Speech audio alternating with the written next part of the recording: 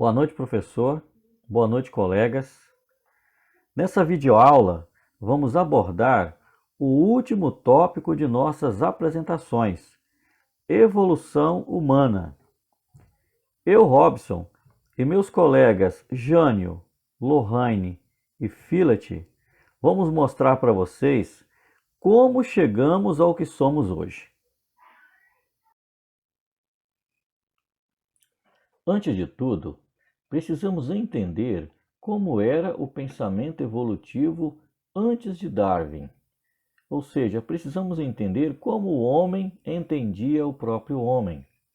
Para isso, vamos analisar duas questões. Primeiro, o essencialismo platônico e o finalismo aristotélico.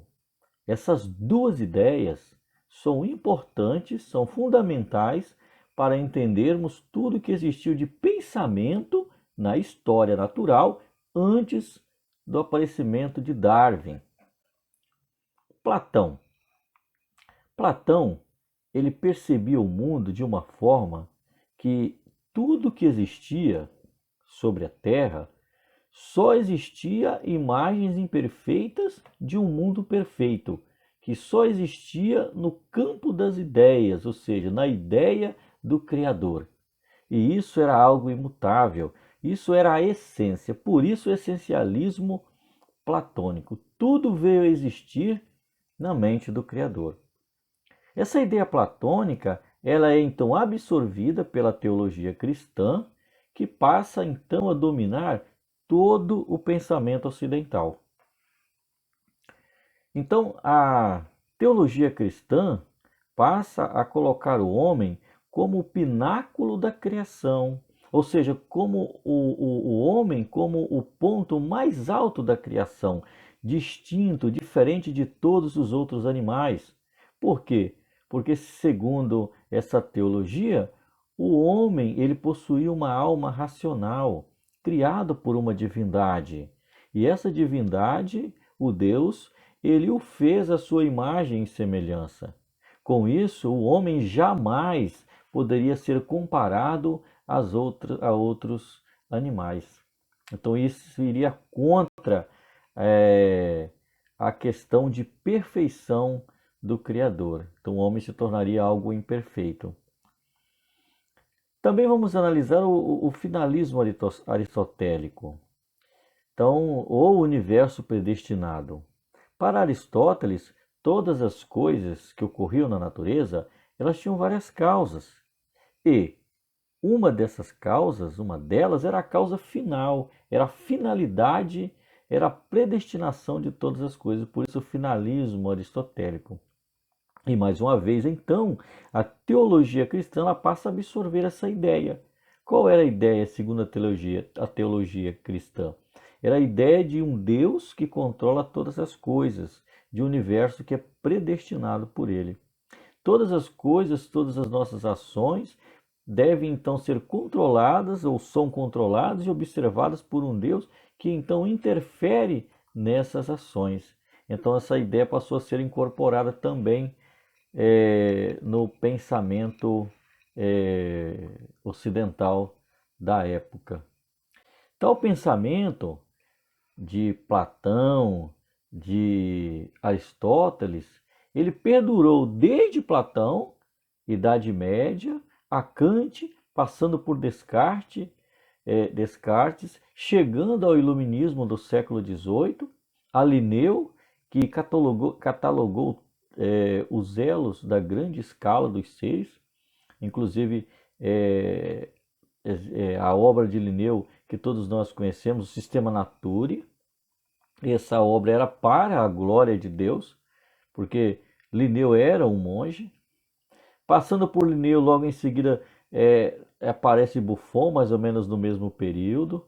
E Buffon, então, ele propõe que os seres vivos podiam se modificar com o passar do tempo, mas ainda com uma ideia de que o homem era algo diferente dos outros animais. Surge então Lamarck, que começa a propor, a pensar que mudanças ambientais induziriam mudanças nos organismos vivos, mas ainda continuaria com a ideia de que o homem não era um animal, era um ser diferente. Então, isso que só foi só uma síntese para a gente observar que o homem antes, como o homem era pensado antes de Darwin, antes do surgimento de Darwin, o homem antes de Darwin era um ser especial e diferente, resultado de um mundo estático e predestinado. Agora Darwin passa a ver as coisas de outra maneira, é o que nós vamos observar. A evolução humana corresponde ao processo de mudanças que originou os seres humanos, e esse processo os diferenciou como uma espécie. As características próprias da espécie humana foram construídas ao longo de milhares de anos. Isso aconteceu com a evolução dos primatas. Observem essa imagem. Muitas pessoas ficam indignadas com ela. Por quê? Porque ela mostra o homem descendendo diretamente do macaco. E muitas pessoas se sentem ofendidas com isso. Mas ao contrário do que muitos dizem por aí e do que mostra a imagem, o homem não descendeu do macaco. Assim como todas as espécies se relacionam, e se relacionam em maior ou menor grau, homens e macacos possuem um ancestral mais recente em relação entre macaco e serpente, por exemplo. E quem foi que propôs isso? Charles Darwin. Darwin foi o primeiro a propor a relação de parentesco entre a espécie humana com os grandes macacos, os antropóides. Atualmente, os cientistas acreditam que esses antropóides e a espécie humana tiveram um ancestral comum. Isso aconteceu cerca de 5 a 8 milhões de anos atrás. A evidência desse fato é a grande semelhança entre humanos e os macacos antropóides, como os chimpanzés, por exemplo. Então, a conclusão científica que se chega é que a espécie humana descende de uma família de primatas chamada hominídea. Como é que se sabe disso? Através dos fósseis. Fósseis muito contribuem para documentar a história de um grupo e, com auxílio destes, podemos confirmar que espécies deste grupo taxonômico habitaram várias regiões e épocas diferentes, e que algumas espécies distintas da família coexistiram na mesma época. Mais à frente nós vamos detalhar mais sobre isso. A evolução da espécie humana foi iniciada há pelo menos cerca de 6 milhões de anos atrás. Neste período, uma população de primatas do noroeste da África se dividiu em duas linhagens que passaram a evoluir independentemente. O primeiro grupo permaneceu no ambiente de floresta tropical, e esse grupo, o primeiro, deu origem aos chimpanzés. Houve então o segundo grupo. Ele se adaptou a ambientes mais abertos, como por exemplo as savanas africanas, e lá deu origem ao Homo sapiens. É por isso que o continente africano é chamado de berço da humanidade, porque foi lá, nas savanas africanas, que originou o Homo sapiens. Mas a evolução humana, ela foi construída em etapas. Quais foram essas etapas? Primeiramente, vamos falar sobre os pré-australopitecos. Essas primeiras espécies vieram logo após a separação do grupo que originou os hominídeos e os chimpanzés. Sua principal característica dos australopitecos, os pré-australopitecos, era um modo de vida arborícola. E o registro fóssil, ele remonta a algumas das espécies desse período. Então vamos ver quais foram algumas dessas espécies. Sahelanthropus tishadensis. Esse fóssil ele foi encontrado no continente africano e pertence a uma espécie de primata. Essa espécie ela já possuía postura bípede.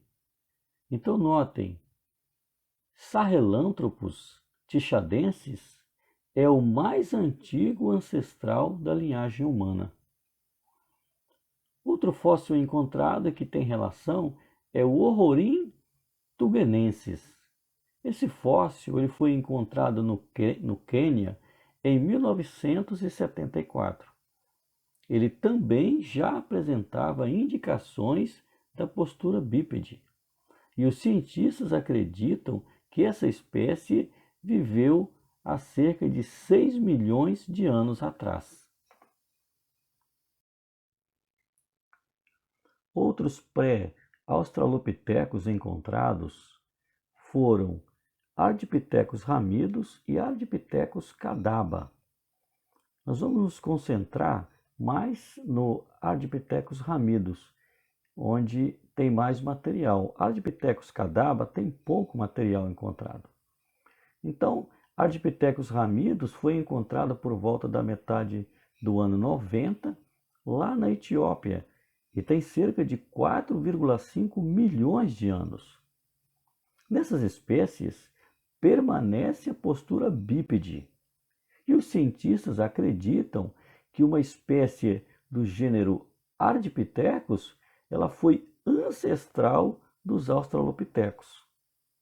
Então, entre Sahelanthropus tishadensis, que viveu cerca de 7 milhões, mais ou menos, 7 milhões de anos atrás, e Ardipithecus ramidus, cerca de 4,5 milhões de anos atrás, existe uma lacuna ali, parece que existe, mas não existe, porque para preencher essa lacuna existe o Ardipithecus cadaba, que por enquanto ainda não se tem muito material. Os australopitecos surgem no cenário evolutivo. Eles foram os primeiros hominídeos e constituíram um grupo diversificado e bem-sucedido. As principais características dos australopitecos eram postura ereta, locomoção bípede, a dentição primitiva e a mandíbula mais semelhante à espécie humana. Dentre eles temos Australopithecus africanos. Este foi o primeiro fóssil de australopiteco encontrado. Provavelmente habitou a Terra há 2,8 a 2,3 milhões de anos atrás. Outros fósseis de australopitecos também foram encontrados, como por exemplo um bem famoso, que é Australopithecus afarensis, que foi localizado na Etiópia nos anos de 1960. Lá foi encontrada a famosa Lucy, com cerca de 40% do fóssil preservado. Australopithecus afarensis viveu há 3,2 milhões de anos atrás. Eles deixaram as florestas para procurar comida. Eles tinham fortes mandíbulas, ingeriam diversos tipos de alimentos, incluindo frutas, grãos, sementes e raízes. E acredita-se que muitos australopitecos tenham coexistido e competido entre si. Todas as espécies foram extintas, porém, note que uma delas teria sido a ancestral do gênero Homo. A extinção da maioria dos australopitecos possibilitou o surgimento de uma nova linhagem. Passa então a surgir no cenário evolutivo mundial o gênero Homo. E o gênero Homo, ele se destaca pelo desenvolvimento do sistema nervoso e também da inteligência. Além disso, o gênero Homo apresentava adaptações evolutivas, como por exemplo o bipedalismo. O bipedalismo, nós sabemos, nós nos sustentamos o nosso corpo apenas sobre dois membros, nossas pernas, assim como as utilizamos para deslocamento. Então, realmente foi algo muito evolutivo em relação a outros gêneros anteriores, né? O bipedalismo. Surge então a primeira espécie do gênero Homo, que é Homo habilis. É a espécie mais antiga do gênero Homo. Ela viveu no leste africano e atualmente, com o estudo dos fósseis, o mais aceito é considerá-lo como Australopiteco, sendo, no caso, Australopithecus habilis. A espécie viveu por volta de 2 milhões de anos a 1,4 milhões de anos atrás. Em seguida surge Homo erectus. Essa espécie se destacou pela fabricação de instrumentos e utensílios de madeira, de pedra, de pele e de ossos. O grupo saiu da África e alcançou a Europa, a Ásia e a Oceania. Vale destacar aqui que existe uma diferença entre habilis e erectus no que tange o tamanho do crânio. Habilis tem um crânio cerca de 650 centímetros cúbicos, enquanto o Homo erectus tem um crânio com cerca de 900 centímetros cúbicos. Homo ergaster seria, no caso, uma subespécie de Homo erectus, que teria migrado para a Europa e parte da Ásia, onde deu origem a várias linhagens, uma delas o Homo neanderthalensis. Conhecido como Neandertais, Homo neanderthalensis tinha o corpo adaptado ao frio, ausência de queixo, testa baixa, pernas arqueadas e cérebro maior do que os seres humanos atuais. Os neandertais apresentavam comunicação verbal rudimentar, organização social e sepultamento dos mortos. Esse grupo conviveu com os primeiros homens modernos. Atualmente acredita-se que o homem moderno surgiu na África entre 200 mil a 150 mil anos atrás, a partir das linhagens de Homo ergaster.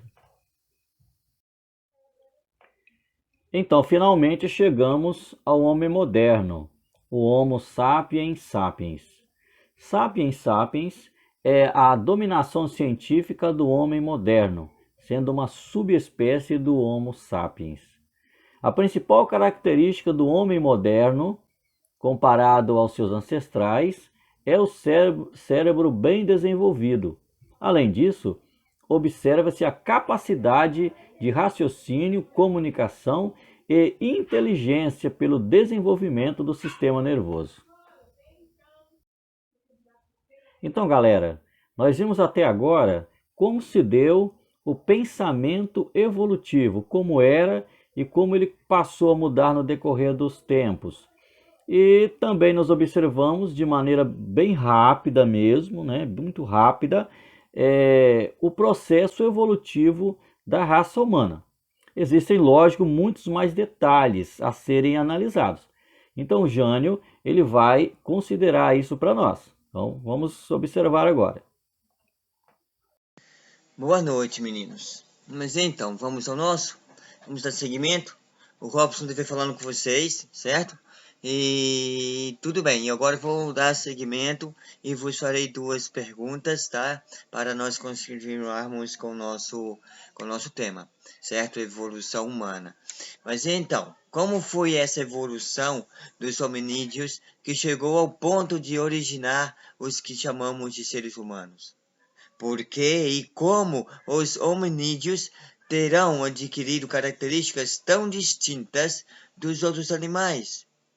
Minha equipe de pesquisadores e eu iremos tentar vos dar estas informações e tentaremos fazê-lo de maneira que não dormais durante nossa explicação. A pesquisadora que me sucederá vos falará sobre fósseis, e depois ouvireis o pesquisador Phyllis com suas explicações, suas observações. Entretanto, vos falarei sobre dois fatores básicos, dois fatores dos quais começo a vos falar desde agora. Prestem atenção, galera, são bem seletivos e são as mudanças do meio ambiente, as mudanças no ambiente e as consequentes modificações no comportamento dos hominídeos por consequência. E aí, vamos então falar sobre as mudanças no ambiente? Galera, ouçam, vocês já ouviram falar sobre o Vale Rift? Já ou não? Pois é, para vocês que ainda não ouviram ou não se lembram, este é uma cadeia de montanhas, uma das remodelações geográficas ocorrida na época e que terá contribuído para algumas das mudanças nos comportamentos dos símios. Uma barreira natural que terá surgido há cerca de 8 milhões de anos e que fez diferença entre o lado leste do lado oeste de África.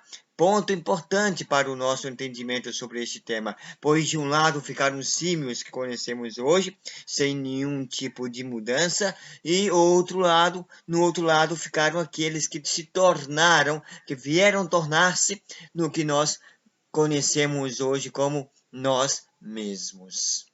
Este Monte Rift, uma vez nas alturas, começou a reter os ventos e nuvens, modificando assim o clima no leste da África.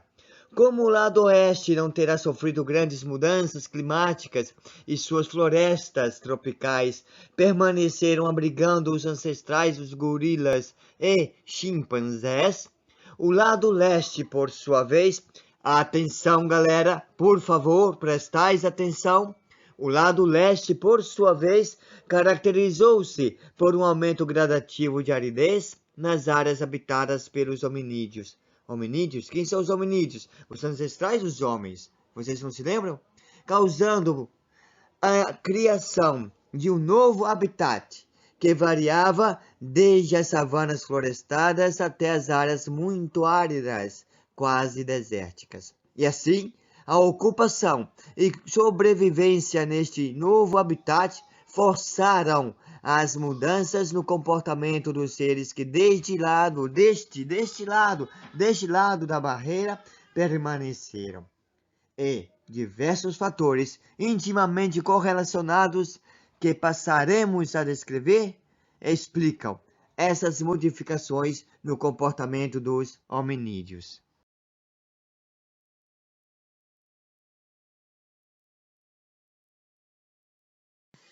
Galera, embora eu e meus colegas sigamos uma ordem, todas essas transformações foram surgindo certamente em simultâneo, conforme a necessidade e intenções das espécies. Como, por exemplo, o aumento do cérebro, que foi o mais importante fator responsável pela total reconstrução craniana. Duas pressões seletivas adicionais também favoreceram essa reconstrução. Uma foi o deslocamento do suporte do crânio para frente, resultante da posição ereta, e a outra foi a diminuição da pressão seletiva, favorável a mandíbulas fortes e dentes grandes, já desnecessários para alimentos mais macios, pré-cortados ou pré-preparados.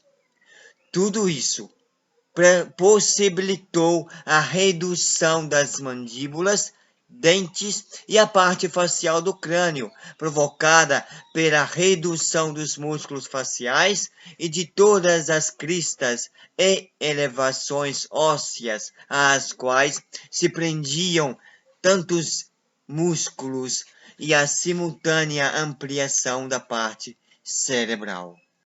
Um outro importante acontecimento, professor Wander, foi o chamado pelo autor do livro que o professor nos mandou, Evolução de Mark Hitley, de bipedalismo.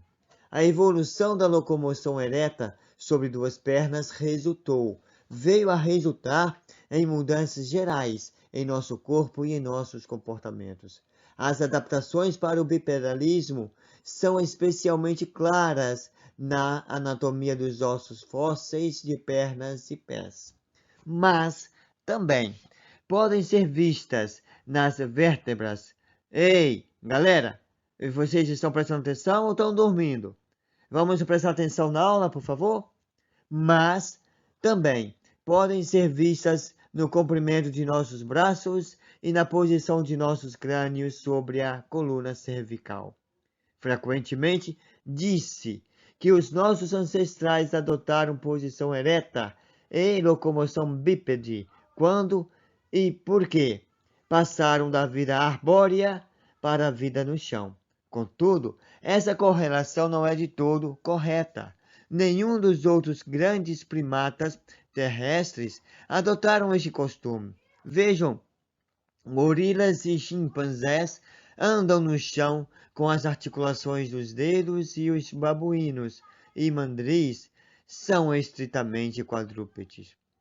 Mas e aí? E então?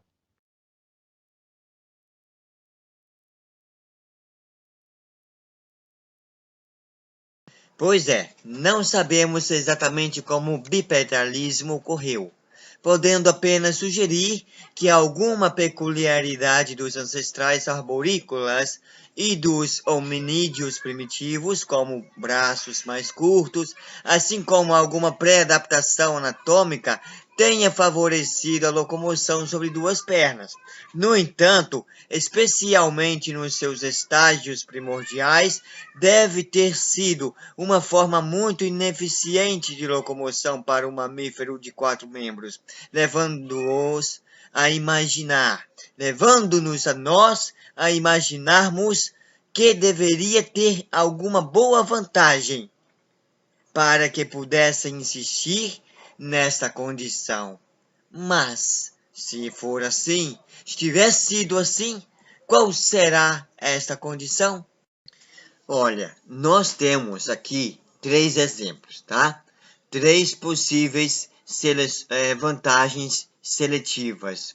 E uma delas foi a visão, a outra foi a liberação dos membros anteriores para problemas novos de comportamento, e a terceira, diminuição da área do corpo que sofria com a incidência de radiação solar em campo aberto.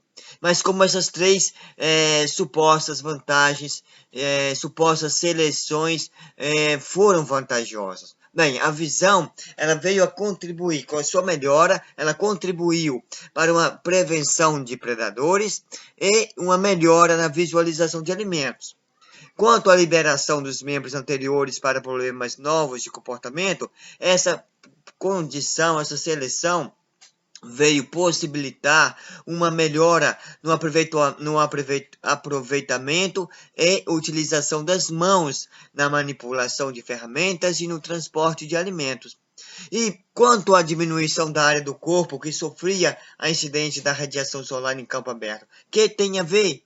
Pois é, parece que não, mas isso possibilitou a procura de alimentos nos horários mais quentes, quando os outros animais, e em especial os predadores, estavam inativos. O início do bipedalismo se encontra nos primórdios da linhagem hominídea, mas seu aperfeiçoamento deve ter ocupado a maior parte do tempo subsequente. As diferenças de pelvis e extremidades posteriores entre os gêneros Australopithecus e Homo mostram que foram necessários cerca de somente 2 milhões de anos para aperfeiçoar o caminhar sobre 2 pernas. Pouco tempo, correto? Certo? Estão todos aí, estão nos ouvindo? Ou vocês estão dormindo? Ai, ai, ai, ai, ai. Vamos atentar ao conteúdo, galera. Vamos acordar, vamos acordar. Uma outra variação se deu certamente do comportamento social entre os indivíduos. Mudanças no comportamento social e cultural. foi outra evidência. O principal modo pelo qual diferimos de outros seres é pela nossa vida social e cultural. Nos fósseis, assunto de nossa pesquisadora Lorraine, este desenvolvimento só pode ser acompanhado indiretamente. Então, o que falar do papel do comportamento? O que o comportamento tem a ver com tudo isso? Que importância tem? Pois é, o comportamento e suas mudanças é uma das mais fortes pressões seletivas do reino animal. A evolução dos hominídeos para o homem foi extremamente rica em transformações. Reparem, arborícola para terrestre, dieta vegetariana para aumento da dieta de carne, uso de ferramentas pegas na natureza para a confecção destas, e com certeza houveram outras mais. Cada uma dessas modificações terá dado início a novas pressões seletivas, facilitando e acelerando o processo de hominização. E não podemos ignorar um dos aspectos mais significativos do comportamento hominídeo, que foi o aumento gradual do tempo despendido para os cuidados com a prole. Detalhe que trarei um pouquinho e quero já dizer que este comportamento estaria diretamente relacionado ao crescimento do cérebro desses indivíduos. E assim, o assunto agora é proteger o jovem, enquanto este adquire as informações que necessitará para enfrentar as leis da seleção natural. Uma característica do cuidado com a prole é que ela é uma manifestação típica de seleção de grupo. A espécie é considerada como um agregado de populações em competição, cada qual com uma mistura distinta de tendências. Populações com combinações boas de genes prosperam, enquanto aquelas com combinações perdedoras serão eliminadas. E era assim que os hominídeos primitivos não enfrentavam seu ambiente adverso somente como indivíduos, mas, principalmente, prestemos atenção, vamos lá, como grupos de famílias ou pequenos bandos disputando os recursos com outros bandos semelhantes. Mais uma vez, a sobrevivência do grupo dependia essencialmente da sobrevivência da prole, que, por sua vez, dependia da qualidade e da intensidade de cuidados e de informações fornecidas pelos pais e pelo grupo como um todo. Conhecimentos que não apenas estimulavam o crescimento do cérebro, como também aumentavam à medida que este crescia. Sabem que vocês estão com sorte? Eu poderia seguir falando, porque há muito o que falar. Mas eu tenho aqui minha colega, Lorraine, que está brigando, querendo falar com vocês também. Ela não quer que eu ocupe o espaço todo sozinho. Então vou ter que deixar ela falar um pouco, ok? Mas antes de terminar, eu queria falar com vocês que nesse jogo da evolução, os chimpanzés e nossos ancestrais macacos são mais prognatos do que nós, com suas mandíbulas projetando-se adiante de suas faces. Durante a evolução humana, as mandíbulas retraíram-se para a face, tornando esta mais plana.